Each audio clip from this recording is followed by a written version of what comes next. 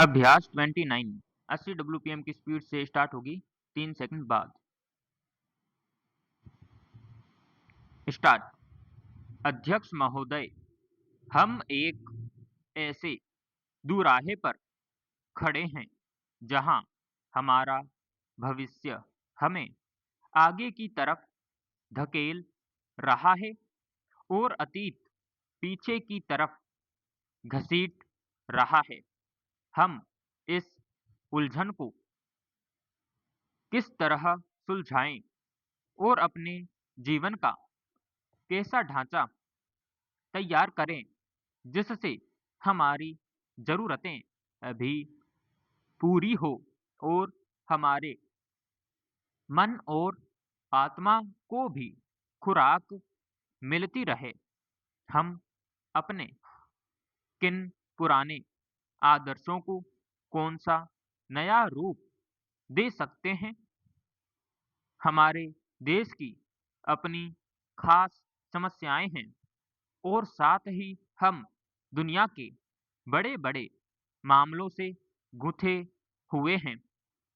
दुनिया आज गजब की तरक्की करने के बावजूद ऐसा जान पड़ता है कि वह अपने आप पर से विश्वास खोती जा रही है। भारत में हम इस वक्त अपनी माली हालत सुधारने में लगे हुए हैं।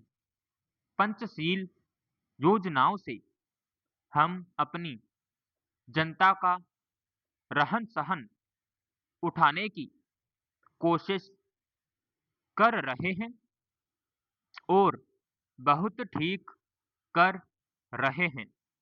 बगैर इसके किसी भी तरह की तरक्की संभव नहीं। कल्याणकारी राज्य का आदर्श तो अच्छा ही है, फिर भी यह एक थोथी और बेजान चीज हो सकती है, क्योंकि आज ऐसे देश भी दुनिया में है जो इस मकसद को पा चुके हैं, पर उनके सामने भी नए-नए सवाल और नई-नई गुत्थियां आ गई हैं और इन गुत्थियों को वे मशीनों से या माली हालत को सुधार कर सुलझा नहीं पाए। मानव स्वभाव की कुछ बुनियादी जरूरतों को पूरा करने में अब तक धर्म और मजहब का काफी बड़ा हाथ रहा है, मगर इस तरह के धर्म की पकड़ अब ढीली हो चली है।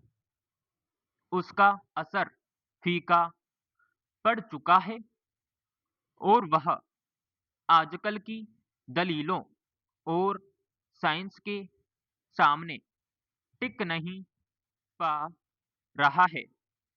धर्म में विश्वास हो या न हो, पर इंसान के लिए किसी ऐसे आदर्श में अडिग विश्वास का रखना जरूरी है जिससे जीवन का रस मिलता रहे और जो हमें आपस में गूंथे रखे। पेरा हमें तो आगे की तरफ देखना है और उसके लिए पूरे जोश और विश्वास के साथ काम करना है। हमें साथ ही अपनी पिछली विरासत को भी कायम रखना है और उसी से शक्ति प्राप्त करनी है। परिवर्तन जरूरी है, मगर अपने पुराने इतिहास से मुंह फेरना अपनी ही जड़ों को खोदना है।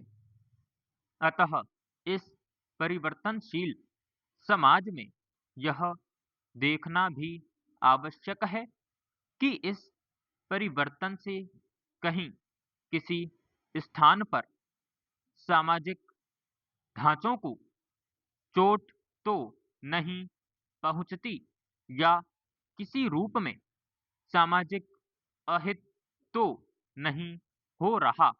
अगर ऐसा होता है तो फिर उस परिवर्तन से कोई लाभ होने वाला नहीं। समाप्त।